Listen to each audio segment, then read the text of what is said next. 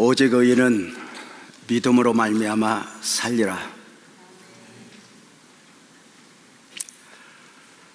성경이 제시하는 복음적 그리스도인의 삶의 원리이지요.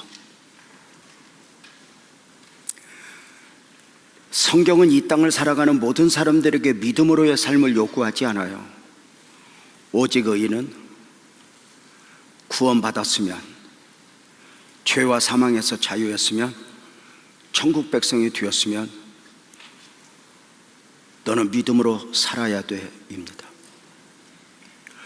사랑하는 성도님들, 우리가 믿음으로의 삶을 살아야 하고 모든 상황 속에서 믿음을 지켜내야 하는 이유가 있다면 무엇이겠습니까? 우리는 왜 보화축제를 해야 하고, 우리는 그 거룩한 부담을 안고 전도자가 되어 복음을 전해야 하는 것입니까? 우리는 왜 선교사를 파송하고 단기 선교사로 다녀오며 또 선교사님들을 섬겨야 하는 것입니까? 답은 딱 하나입니다. 천국과 지옥. 천국과 지옥은 단순한 종교적 교리가 아닙니다. 실제입니다.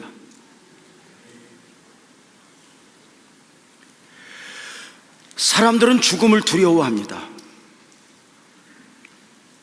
죽음이 끝이라고 생각하기 때문입니다. 죽으면 끝난다고 하는 인생들이 예수님을 십자가에 못 박았습니다.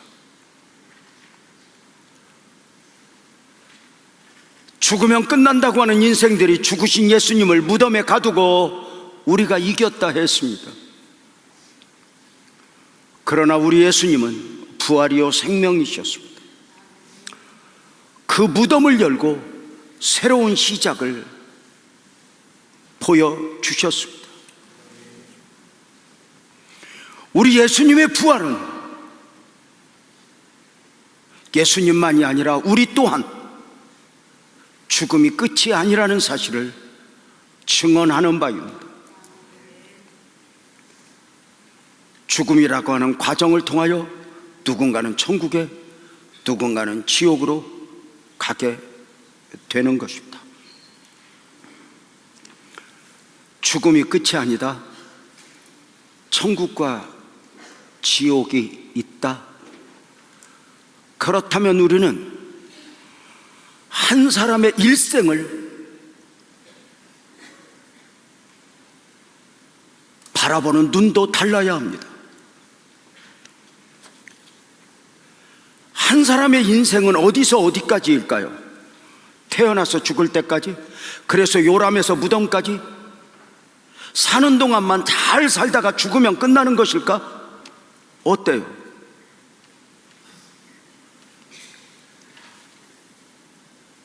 외국에 나가보면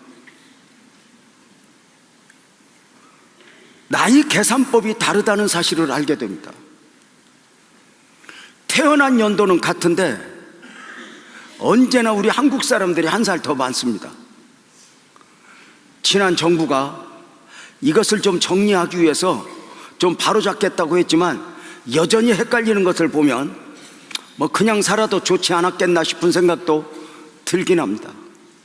왜 나이 계산법이 다를까요? 왜 태어나면 한국 사람이 한 살 더 먼저 먹을까요? 아세요? 외국 사람들은 어미 뱃속에서 태어나는 순간부터 그 한 사람의 일생을 계산합니다. 우리 한국 사람들은 어미 뱃속에 잉태되는 순간부터 한 사람의 일생을 시작하게 됩니다. 뱃속에 10달, 그리고 이 땅에 7, 80, 그리고 천국이 있다면, 지옥이 있다면 끝이 아니라 영원까지 이어지는 것입니다. 사랑하는 여러분, 뱃속의 10달이 다르고 이 땅의 7, 80이 다르고 영원히 다른 게 아닙니다.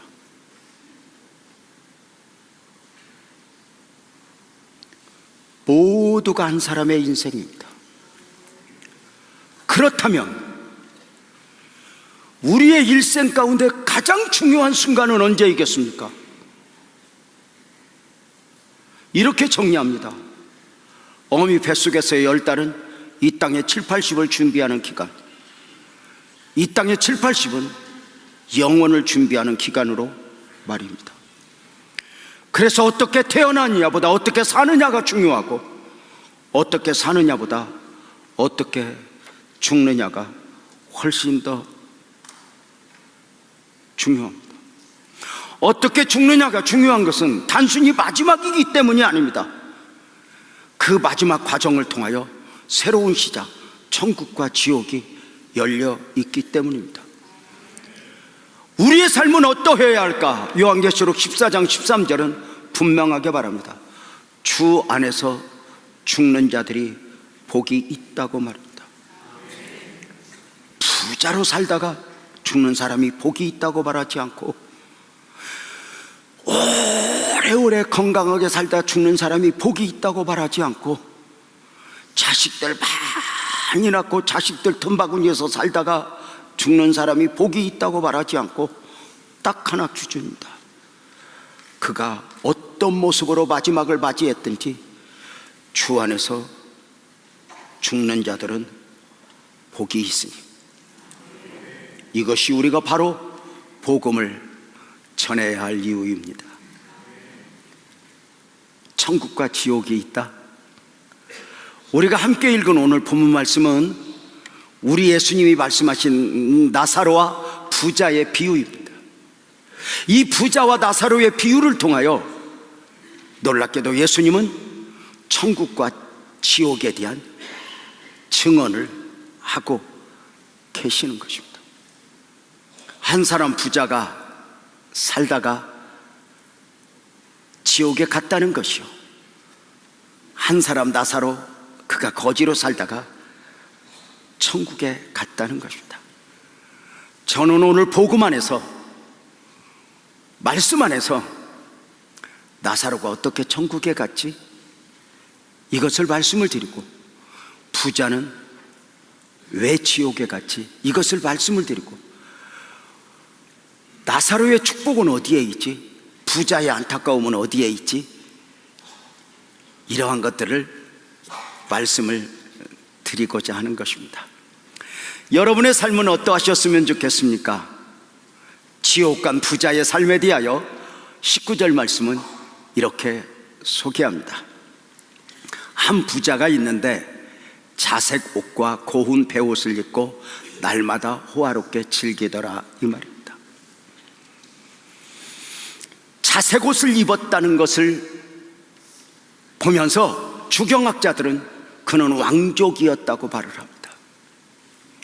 고운 베옷, 실크 옷을 입고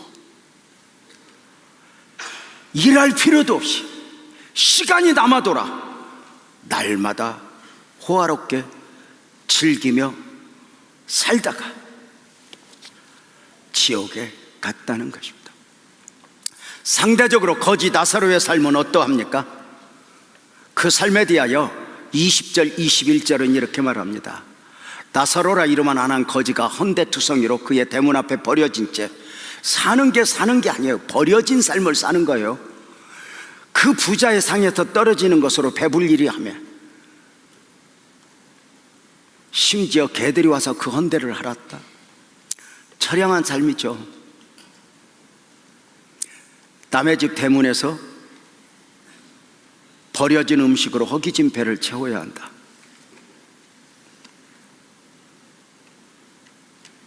같이 배가 불러도 남의 것을 얻어먹고 배가 부른 거하고 내 것, 내 손으로 먹고 배부른 거하고는 다릅니다.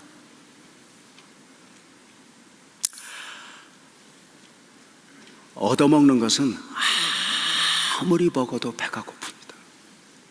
여러분은 그런 경험이 있어요? 저는 부모 없이 성장했어요. 어릴 적 어디 가서 먹지, 어디 가서 자지 아파봤어요. 여러 가지 방법으로 배를 불렸지만 진정한 만족은 없죠. 나사로는 배고픔, 질병, 가족들에게 버려진 채 개하고나 놀아야 하는 처절한 외로움 가운데서 살았죠. 저들이 죽었대요. 마지막이 있죠. 저들의 죽음을 22절에서 이렇게 소개해요. 이에 그 거지가 죽어 천사들에게 받들려 아브라함 품에 들어가고 부자도 죽어 장사되었다. 거지는 그냥 죽었대요. 부자는 장사 지냈대요. 결국은 거지도 죽고 부자도 죽었네요. 이 땅에 영원한 것은 아무것도 없어요. 다 마지막이 있죠. 죽음은 참 공평해요. 가난한 사람은 죽고 부자는 오래오래 죽지 않고 산다면 억울하겠죠. 건강한 사람은 오래오래 살고 병든 사람은 일찍 죽는다면 그것도 안타까움이 있겠죠. 근데 세상은 몰라요. 올 때는 순서가 있어도 갈 때는 순서가 없다고 그러잖아요. 제가 우리 교인들 보면 오래오래 섬기면서 본 게 뭔 줄 알아요? 저 사람이 살겠나 싶은데 아직도 살아있어요. 근데 어떤 경우는 저 집사님은 돌덩어리 또 소화시킬 것 같아요. 하는데 목사님 안녕히 계세요 인사도 없이 호련히 삶을 마무리한 경우가 있어요. 참 모르겠어요. 은혜죠. 우리 아내가 참 많이 아팠거든요. 때로는 한때 많이 아플 때는 제가 죽었나 이렇게 흔들어 본 적이 있어요. 저는 트라우마가 있어요. 아내가 화장실 딱 가는 걸 딱 느끼면 그때부터 잠이 깨요. 저 여자가 화장실에 갔다가 올 힘이 있을까? 아니면 내가 중간에 데리러 가야 할까? 그 과정을 거쳤어요. 그래 하루는 이렇게 물어봤어요. 여보, 당신 너무너무 아픈데 죽고 싶었던 적 없어? 그랬더니 우리 아내가 그래요. 날마다 죽다 살아나는데 뭘 따로 죽고 싶어.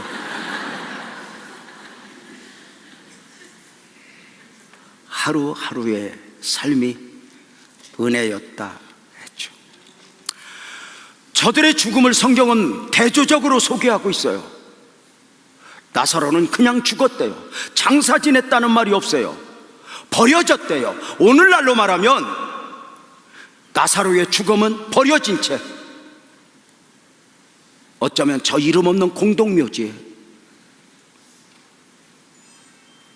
묻힌 것이라 할 수 있죠. 상대적으로 부자의 죽음은 장사 지낸 바 되었대요. 난리였을 거예요. 방송에서는 아무개가 죽었다, 아무개 재벌이 왕족이 죽었다. 조문행렬은 이어졌을 것이고 시중의 국화꽃은 어쩌면 품절되었을겠죠. 그의 죽음들 보면서 느낌이 어떤 느낌이 와요? 어쩌면 나사로의 죽음 앞에서는 죽음이 하나의 탈출구였는지도 모르겠어요. 가난에서, 질병에서, 외로움에서. 어쩌면 나사로의 죽음을 바라보는 사람들은 이렇게 말했을지 몰라요. 잘 죽었어, 죽는 게 나아, 이렇게. 부자의 죽음을 보면서는 사람들이 뭐라고 했을까? 저거 아까워서 다 놓고 어떻게 죽었을까? 저 돈 누가 쓸까? 그죠? 문제는 그 부자가 죽어 지옥에 갔다는 것이고 나사로는 천국에 갔다는 것이죠. 우리는 예수를 믿으면서 성경을 보면서 좀 더 논리적으로 볼 수 있어야 돼요. 나사로가 천국에 갔다면 그가 천국 갈 수 있었던 이유가 무엇일까? 분명한 것은 있어요. 천국은 창세기부터 계시록까지 강조하고 있는 바가 착해서 고난을 당했기에 가는 곳이 아니에요. 믿음으로 가는 나라, 하나님 나라. 예수 그리스도를 믿고 영접하지 않았다면, 복음을 깨달아 알지 못했다면 그 누구도 천국에 갈 수 없다는 거죠. 그렇다면 나사로는 믿음의 사람이었다는 것이거든요. 복음을 알았다는 것이거든요. 그것을 어떻게 알 수 있죠? 성경은 그것을 증명하고 있어요. 오늘 본문 22절이죠. 이에 그 거지가 죽어 천사들에게 받들려 아브라함 품에 들어갔다고 말을 해요. 여기서 우리는 의문을 가져요. 천국에는 노아도 있고 모세도 있고 에녹도 있고 많은 하나님의 사람이 있는데 왜 아브라함 품에 안겼음을 강조하고 있는 바일까? 아브라함은 믿음의 조상이에요. 예수님께서는 나사로가 천국에 갔는데 아브라함 품에 안겨 있음을 강조하시면서 무엇을 우리에게 알려주느냐면 나사로는 믿음의 사람이었다는 거예요.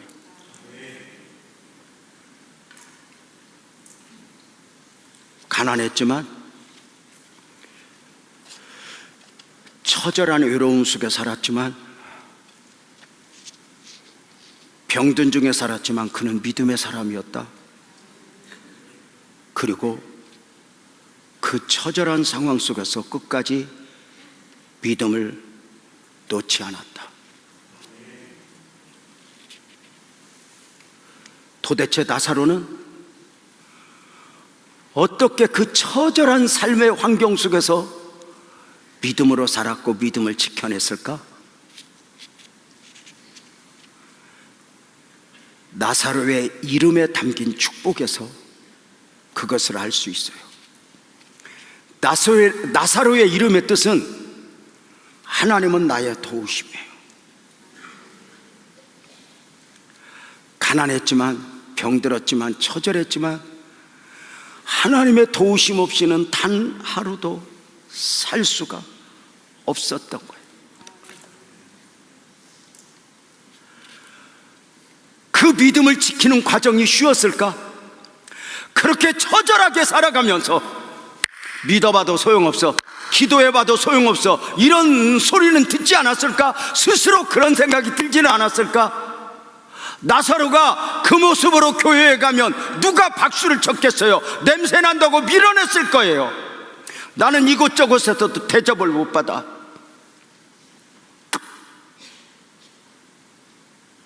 그럼에도 그가 믿음을 놓아버리지 않았어요. 왜일까요? 믿었다고 해서 부자가 된 게 아니에요. 믿었다고 해서 삶이 윤택해진 것도 아니에요. 그 울면서 그 처절함 속에서 믿음으로 살고 믿음을 놓지 않고 지켜야 했던 이유는 딱 하나예요. 천국, 그 영원 천국을 믿기 때문이에요. 누가 잘 살았는가는 이 땅에서 결판 나는 게 아니에요.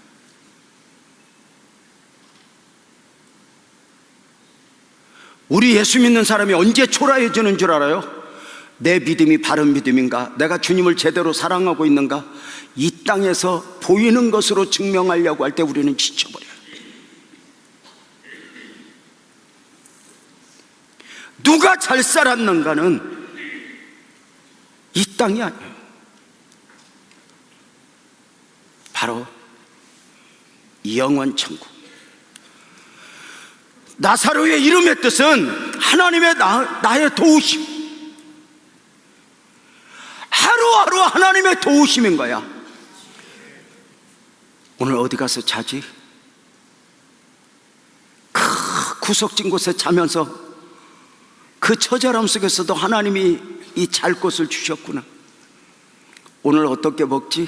부자의 상에서 떨어지는 부스러기를 먹으면서도 나는 이렇게 얻어먹어, 이게 아니라 그 부스러기 속에서 나를 도우시는 하나님의 은혜를 느끼며 하루하루 살아가는 거죠.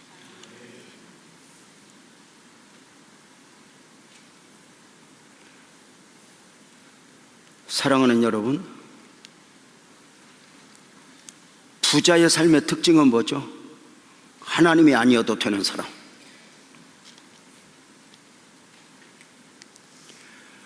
오늘날 소망하는 사람들의 삶이 무엇이죠? 나사로가 아니에요. 부자의 삶이죠. 하나님의 도움 없이도 살 수 있는 사람, 하나님이 아니어도 여유가 있는 사람,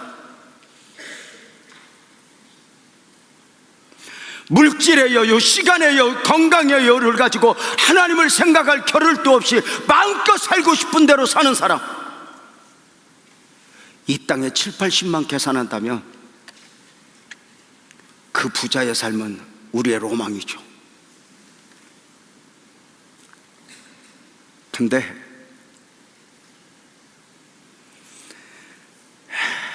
그 다음이 있는 거예요. 언젠가 제가 목회하면서 너무너무 힘들어 많이 울었어요. 눈에 진물이 나도록 울을 때 주님이 딱 한마디로 저를 만져줬어요. 재명아, 네가 하늘나라 오면 내가 제일 먼저 네 눈물부터 닦아줄게. 그 느낌 하나는 나로 하여금 미련 없이 또 일어나게 했죠. 하나님의 도움 없이는 단 하루도 살 수 없었던 나사로. 여러분, 누가 행복했을 거라고 우리는 생각하기를 부자는 행복했을 거야, 나사로는 불행했을 거야, 이렇게 정리하지 말고 한번 생각해 보세요. 너무너무 가난해서 너무너무 힘들어서 하나님의 도움 없이는 살 수 없는 가운데 작은 것 먹어도 어느 가서 머리 둘 곳 하나 찾아도 하나님을 느끼며 사는 나사로의 인생과 너무 부자여서 하나님이 아니어도 하나님의 느낌이 없어도 살 수 있는 부자, 과연 부자가 행복이었을까? 여러분, 우리가 세상을 살아보지만 가질 것 다 가졌다고 그래서 만족이 있어? 아니요.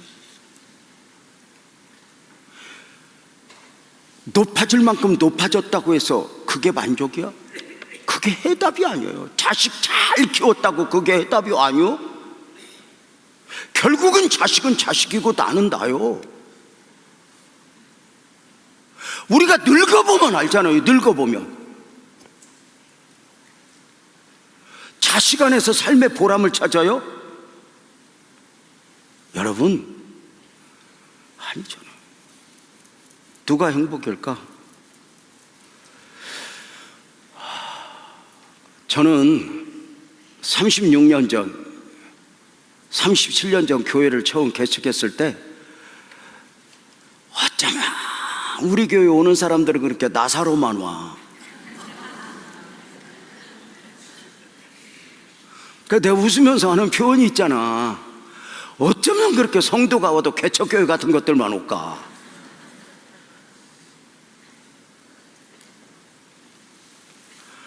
구두선, 이강미, 권혁태, 김점순, 나사로 중에 상나사로요. 그들 처음 만났을 때 구두선은 밤새 술 마시고 아침에 소주병 들고 남의 대문 앞에서 문 두드리고 있었던 사람이에요. 그 나사로들과 씨름해서 우리 하나님의 은혜만 붙들고 살자 하고 왔는데 어느 날부터인가 나사로에서 자유했던 것 같아. 그러면서 걱정이 뭔 줄 알아? 나사로일 때는 주님 안에서 살았는데 물질의 여유, 시간의 여유 때문에 혹시 하나님에게서 멀어질까? 저는 원로 목사로 살아간 지 1년 9개월이 되었네요. 스스로 늘상 다짐하는 게 뭔 줄 알아요? 사역에서 성공하고 신앙에서 무너지면 안 돼 였어요. 어디 가서 설교할 때, 선교사들 만날 때 저들이 은혜 받는 모습에 취하지 말자. 나는 나다. 나는 나다. 다른 사람을 섬기는 것은 사역이고 나를 섬기는 것은 신앙이에요. 그래서 나부터 섬기자. 나부터. 나를 섬기는 것이 옷잘 입고 많은 거 먹여주고 뭐 보약 먹고 이것이 섬기는 것일 수도 있겠지만, 신앙은 영혼을 계산하면서 섬기는 거 아닐까? 나사로는 천국에 갔는데 믿음으로, 눈물을 흘리면서 믿음을 지켰고, 그는 아브라함의 품에 안겨, 주님 품에 안겨 위로를 받았다. 그러면 나사로가 천국에 갈 이유가 있었다면 부자가 지옥에 간 이유도 있어야 될 거 아닐까? 부자는 왜 지옥 갔을까? 부자로 살아서? 부자여서? 아니요. 나사로가 가난해서 천국에 간 것이 아닌 것처럼 부자도 부자여서 지옥에 간 것이 아님을 알아야 돼요. 성경은 이 부자를 나쁜 사람이라고 말하지 않아요. 어쩌면 느낌상 인도주의적 차원에서 보면 괜찮은 사람이에요. 왜요? 자기 집 대문에서 날마다 거지가 그 음식 나오기 기다리면서 사는데 아침에 출퇴근하면서 그걸 도와줄 수 있는 여유도 괜찮은 사람 아니에요? 여러분 어때요? 거지를 우리가 도울 수는 있지만 데리고 와서 우리 같이 살자, 이건 누구라도 쉽지 않은 거예요.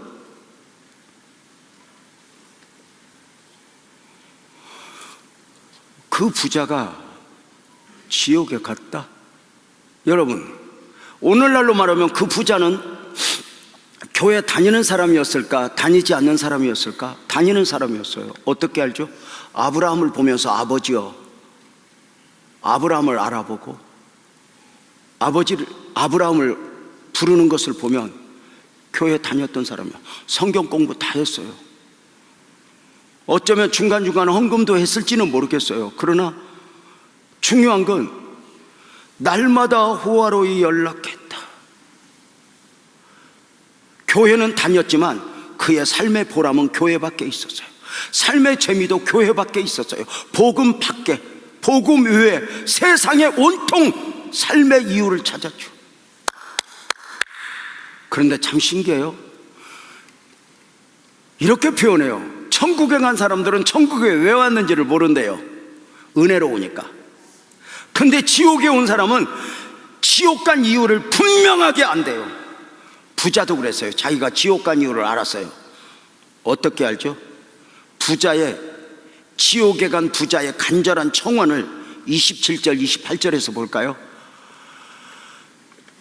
지옥에 와서 보니까 너무 고통스러운데 그 고통 중에도 무슨 생각이 나냐면 저 세상에 살고 있는 자기 형제 5이 생각나서 이렇게 말해요. 그러면 아버지여 구하노니 나사로를 내 아버지 집에 보내소서. 내 형제 5이 있는데 그들에게 증언하게 하여 그들로 이 고통받는 곳에 오지 않게 하소서. 그래요. 지옥이 찜질방 수준만 되면은 형제들 불러서 같이 있자고 할 거예요. 근데 얼마나 고통스러운지 이곳에 오면 안 돼. 이곳에 오면 안 돼. 나사로를 좀 보내주세요. 그랬더니 안 돼. 갈 수 없어. 주님 말씀에 부자가 했던 말이 30절이에요. 이르되 그렇지 않습니다. 아버지 아브라함이여, 만일 죽은 자에게서 그들에게 가는 자가 있으면 저들이 회개할 것입니다. 이렇게 말해요. 회개하리이다. 부자도 알았어요. 천국에 가는 절대 조건이 회개예요.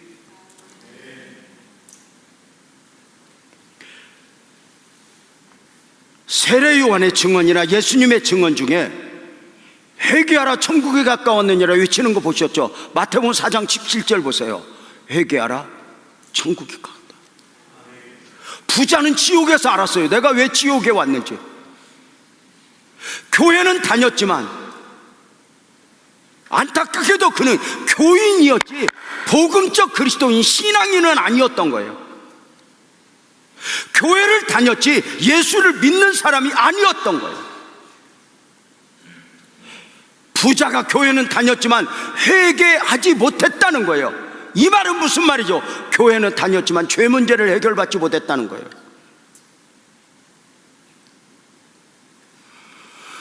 뉘우치는 게 회개가 아니에요. 내 잘못을 인정하는 게 회개가 아니에요. 진정한 회개는 예수 앞에서, 복음 앞에서 내가 죄인임을 보고 예수님이 아니면, 복음이 아니면 내 안에 소망이 없어, 이걸 아는 거예요. 부자는 교회를 다녔지만 복음 앞에 서보질 못했어요. 죄 문제를 해결받지 못했던 거죠. 우리가 예수를 믿고 영접하는 이유가 뭐죠? 예수를 믿고 영접하는 순간 죄와 사망에서 자유하는 거거든요. 이 땅을 살아가는 모든 사람들은, 아담 이후 이 땅을 살아가는 모든 사람들은 죄 가운데 태어나 죄의 열차를 타고 사망을 향하여 가는 거예요. 여러분 한번 물어봅시다. 사람이 죄를 지어 죄인이요, 죄인이니까 죄를 지어? 질문이 어려워서 못 알아듣겠지? 뭐요? 담임 목사가 물어보면 대답 잘하고 원로 목사가 물어보면 쌩까기로 한 거예요? 여러분 어때? 죄인이니까 죄를 지어, 죄를 지어, 죄인이요? 죄인이니까 죄를 지어요. 인간은 태어날 때부터 선한 것이 없어요. 우리 손주 기어다닐 때 겨우 걸음만 옮기면서 참 신기한 건 이상한 짓 할 때는 꼭 문 닫고 해요. 누가 알려줬는지. 그 죄를 물 가지고 씻고 뭘 가지고 씻어? 복음 앞에서 복음을 깨닫고 예수님을 믿고 영접함으로 죄에서 자유합니다. 죄송하지만 죄 때문에 울어보셨습니까? 사업이 망해서, 건강이 무너져서 울어본 경우 말고, 건강 때문에, 사업 때문에 울기 시작하다가 어느 날 복음 앞에서 내가 죄인임을 발견하고 울어보신 적이 있으십니까? 사업이 망한 것이 문제였는데 어느 순간 보니까 이런 육적인 문제가 문제가 아니라 영적인 문제가 진짜 문제라는 사실을 알고 울어보셨습니까? 바울 사도는 스스로 표현하기를 나는 죄인 중에 괴수라했습니다. 이 말은 세상에서 가장 큰 죄인은 자기였다는 것입니다. 스데반을 죽이는데 앞장서서 가는다. 나 자신이 큰 죄인이라고 보는 사람은 큰 죄를 지은 사람이 아닙니다. 복음 앞에 자기 자신을 비춰본 사람입니다. 주님 앞에 가까이 가보니 세상에서 가장 큰 죄인은 나야. 나보다 더 큰 죄인은 없어. 그래서 40에 하나 감암매를 5번 맞고 3번 대장으로 맞고 죽었다고 수없이 내던져도 나는 마땅하옵니다. 내가 지은 죄에 비해, 내가 살았던 허물에 비해 이 정도도 하나님이 봐주신 겁니다. 그 은혜를. 그러면서 그가 했던 고백이 뭐예요? 죄가 더한 곳에는 은혜가 더욱 넘쳤나니, 이렇게 말해요. 죄가 더한 곳에 은혜가 더욱 넘쳤나니, 이 말은 죄를 지어야 은혜를 받는다는 말이 아니야. 내가 죄인이라고 깨닫는 만큼 비례해서 은혜가 있다는 거예요. 내가 큰 죄인이면 그만큼 더 큰 은혜가 필요한 거예요. 날마다 은혜가 더 필요한 거예요. 근데 가끔은 우리는 그 죄인이라는 사실을 망각해. 내가 왜 이렇게 고난받아야 되냐고, 내가 왜 이렇게 억울해야 되냐고, 내가 왜 이런 말을 들어야 되냐고 자기 의를 내세울 때가 있어. 어느 날부터인가 하나님 앞에서 나보다는 자꾸 누군가와 비교해서 나의 의의를 내세워. 여성분들 한번 물어봅시다. 집에 가면 남편이 죄가 더 많아, 내가 죄가 더 많아? 왜 유구무원이야? 원래 살던 대로 해보지. 내가 여자하고, 나도 여자하고 살거든.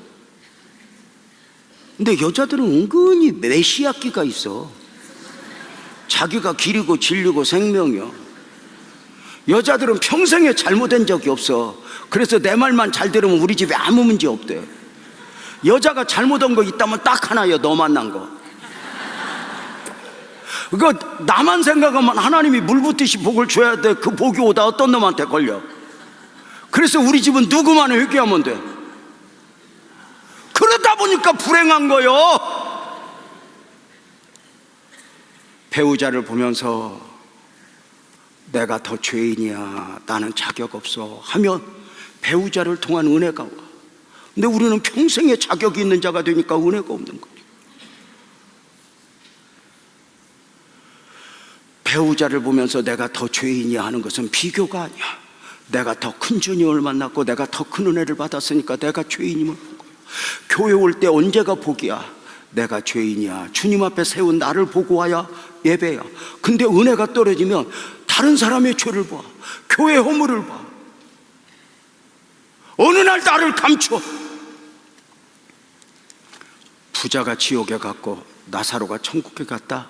참 신기해요. 보지 않고는 인간은 모르잖아요.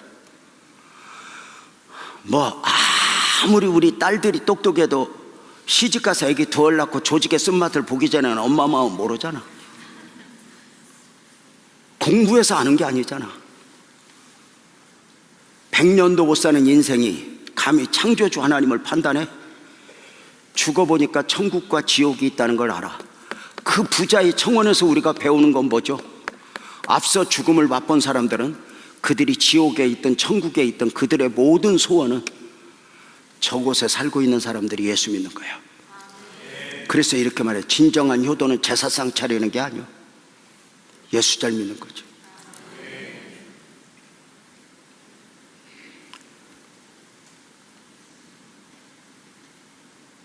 부자의 청원이 주는 메시지를 우리가 또 한번 품어볼까요?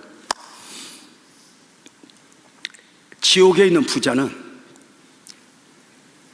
저 형제 5이 있는 그 세상에서의 저들이 너무 안타까운 거예요. 그래서 27절 28절에 보면은 좀 보내달래. 아버지, 구하노니 나사로를 좀 보내주세요. 저 형제들에게 좀 증언하여 이 고통받는 곳에 오지 않게 해주세요. 이 말씀을 듣고 계속된 대화가 29절 30절 31절에 있는데 한 목소리로 한번 읽어봅시다. 시작. 아브라함이 이르되 그들에게 모세와 선지자들이 있으니 그들에게 들을지니라. 이르되 그렇지 아니하니이다. 아버지 아브라함이여, 만일 죽은 자에게서 그들에게 가는 자가 있으면 회개하리이다. 이르되 모세와 선지자들에게 듣지 아니하면 비록 죽은 자 가운데서 살아난 자가 있을지라도 권함을 받지 아니하리라. 내용이 읽어져요.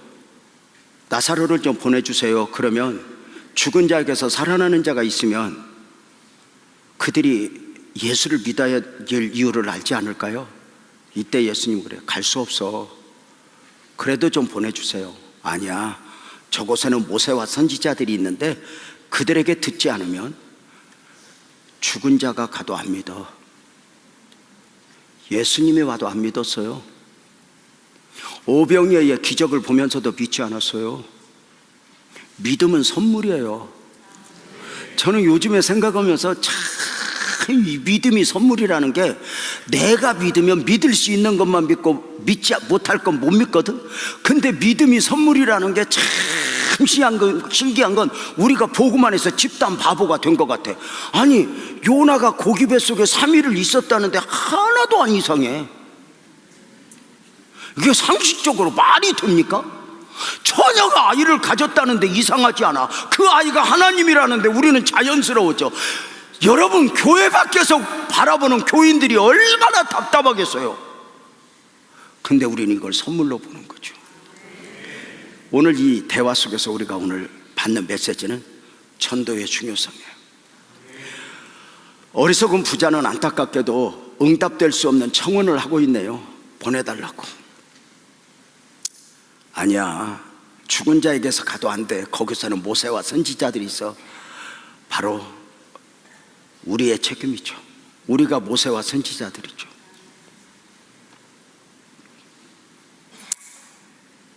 전도는 선택이 아니에요. 부활축제 부담스럽죠? 전도할 자신이 있어요? 없죠? 어쩌면 그렇게 지 혼자 먹기도 힘든 사람들만 모여 있는지. 근데 여러분 아세요? 기도는 해야 된다는 거. 보이지 않는 가족들을 위해서 기도하고, 내 주변에 하나님 나도 좀 전도하게 해주세요. 그렇게 기도하다 보면 용어상에는 문제가 있지만 눈먼가라도 걸릴 줄 알아? 그래서 내가 자격이 있는 게 아니라 어느 순간에 또 만나게 하셨구나. 나사로는 얻어서 먹어도 이것이 하나님이 주셨구나, 이걸 느끼며 살았다는 거지. 부자는 산더미처럼 쌓아놓고 먹으면서도 하나님을 느끼지 못했고, 그래서 부자는 죽어서야 무엇이 귀한 줄 알았죠. 교회는 다녔지만 하늘 천국에 관심이 없었죠. 그래서 그의 삶을 다시 한번 19절을 읽어보면 말하잖아요. 자색 옷을 입고 고운 벼슬 입고 날마다 호화로이 즐기더라. 그의 기쁨은 교회 밖에 있었고 복음 밖에 있었고 삶의 이유도 많은 사람들이 박수를 쳤겠죠. 근데 우리의 삶은 거기에 있는 게 아니잖아요. 삶의 이유는 빌립보서 3장 20절은 우리의 현주소를 알게 하죠. 우리의 시민권은 하늘에 있어. 이 말은 땅에 살지만 하늘을 사는 사람들, 땅에 살지만 하늘의 사는 사람들의 삶의 태도는 마태복음 6장 19절 20절에 보면 이렇게 말해요. 한번 읽어볼까요? 시작.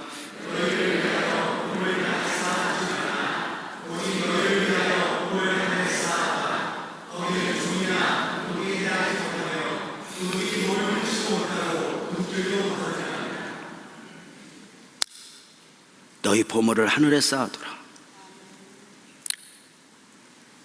부자의 삶을 보면서 안타까운 게 뭔지 알아요? 교회는 다녔지만 그의 기쁨이, 그의 보람이 교회 밖에, 세상 밖에 있으니, 교회 밖에 있으니 그는 헌신되지 못한 삶을 산 거예요. 물질의 여유, 시간의 여유, 건강의 여유를 마음껏 세상에서 즐긴 거예요. 근데 여러분, 영적으로 보면 보이는 거 있죠. 내가 즐기고 내가 밤새 춤을 추고 호화롭게 사는 것 같지만 영적으로 보면 세상이 그를 가지고 노는 거예요. 안타까운 거죠. 내게 있는 여유, 물질의 여유, 시간의 여유, 건강의 여유를 가지고 하나님 앞에 드려진 삶을 사는 것이 아니라 온통 세상에 빼앗긴 삶을 살았던 것이죠. 여러분은 교회 다니면서 천국 백성으로서의 삶을 사는데 만족하십니까? 아니면 가난하지만 헌신된 삶을 살고 계십니까? 존경하고 사랑하는 성도님들, 우리들이 사랑하는 빛나교회가 헌신을 요구하고 있습니다. 성전 건축을 마치고 교회 공동체가 살아오면서 성전 건축 후에 처음으로 헌신의 필요성을 인식하게 된 것입니다. 우리 빛나교회가 여기까지 온 것은 그냥 온 것이 아닙니다. 돌이켜보면 37년 전에 원곡동 지하 성전, 거기서 모진 훈련을 받고 선부성전, 그 5층에서 쫓겨다니면서 예배드리는 과정, 그리고 이동성전, 그리고 선부성전에 있을 때 땅 사기 맞고 힘들었던 과정까지 섞으면 지금 이 예배당은 5번째 이곳에 와서 둥지를 든 거예요. 이 모습은 그냥 있어진 게 아니에요. 원곡동 성전에서 헌신한 눈물들, 선부정전에서 헌신한 눈물들, 잃어버린 성전 헌신한 눈물들,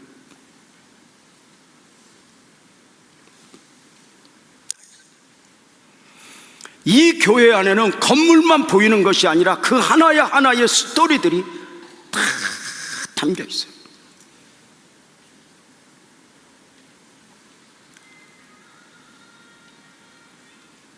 가끔 이 예배당을 건축한 후에 이 과정이 쉽지 않았잖아요. 진짜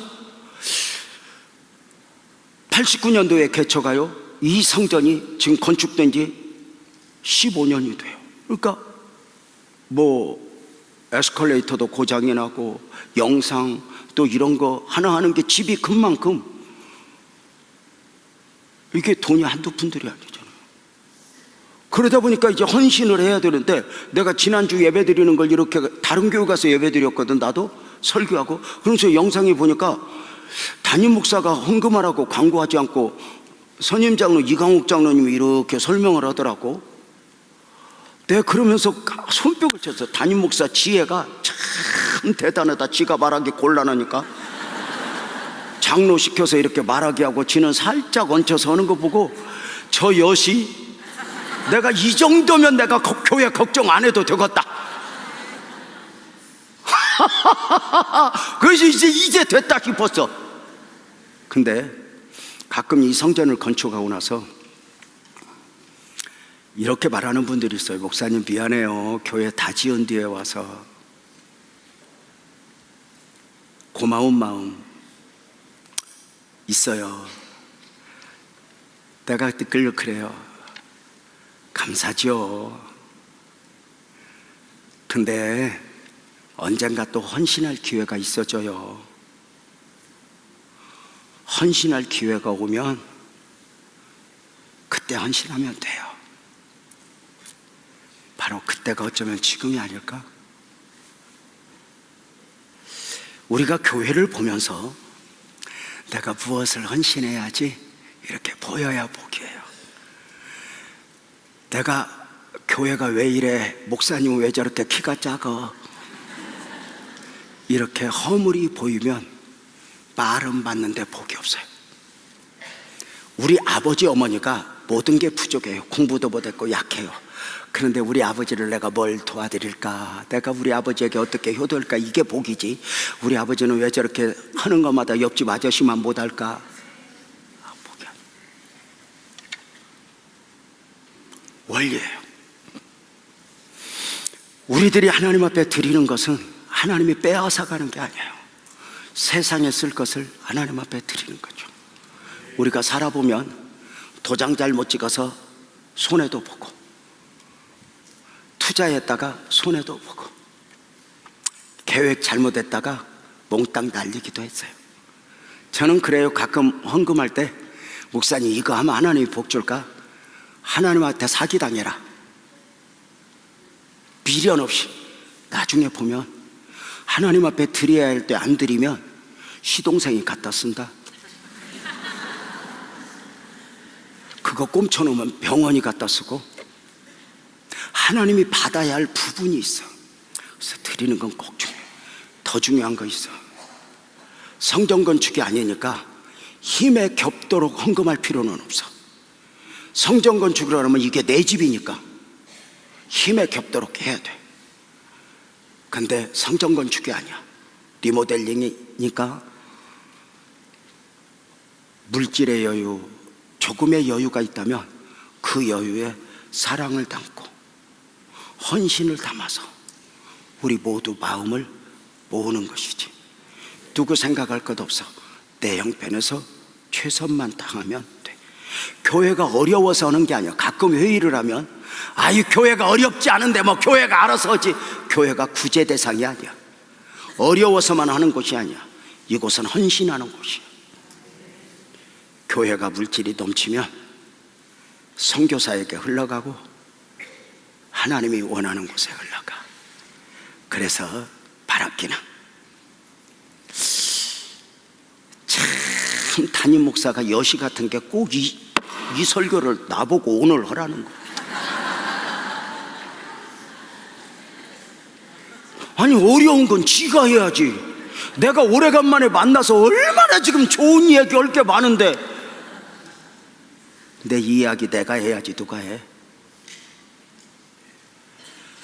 다 헌신했던 성도들, 저는 지금 스토리들을 아니까 다 울어요. 큰 것도 아니에요. 헌신할 기회에 여러분의 스토리를 교회 안에 담아주시면 좋겠다. 천국과 지옥, 우리가 예수를 믿고 믿음을 지켜야 될 이유, 복음을 전해야 될 이유죠. 누가 지옥 가요? 지옥이 없다고 굳게 믿으면 지옥 갑니다. 영원 천국 복음을 전해야 될 이유고, 주여 내게 있는 여유 세상이 쓰지 못하도록 나를 받으시옵소서. 헌신된 삶을 사는 것 축복이 아닐까?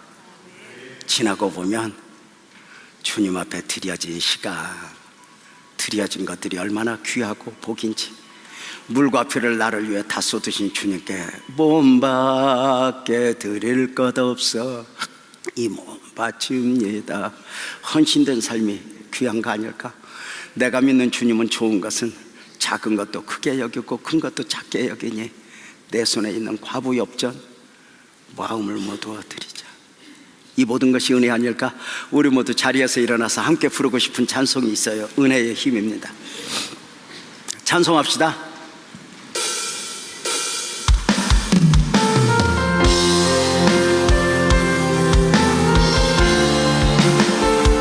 하나님의 은혜만 생각합시다. 하나님의 은혜가 우리 안에 넘칠 것입니다. 내가 고난 중에도 찬송할 수 있을 은혜의 힘입니다. 내가 실패했어도 감사할 수 있을 은혜의 힘입니다. 나를 대적하는 자 사랑할 수 있음 은혜의 힘입니다. 내게 고통 주는 자 품어줄 수 있음 은혜의 힘입니다. 주님의 은혜가 내 안에 들어오면 나는 날마다 기뻐집니다. 은혜가 더하여질수록 오직 주님만 바라봅니다. 내가 가진 것 없어도 가진 것 없어도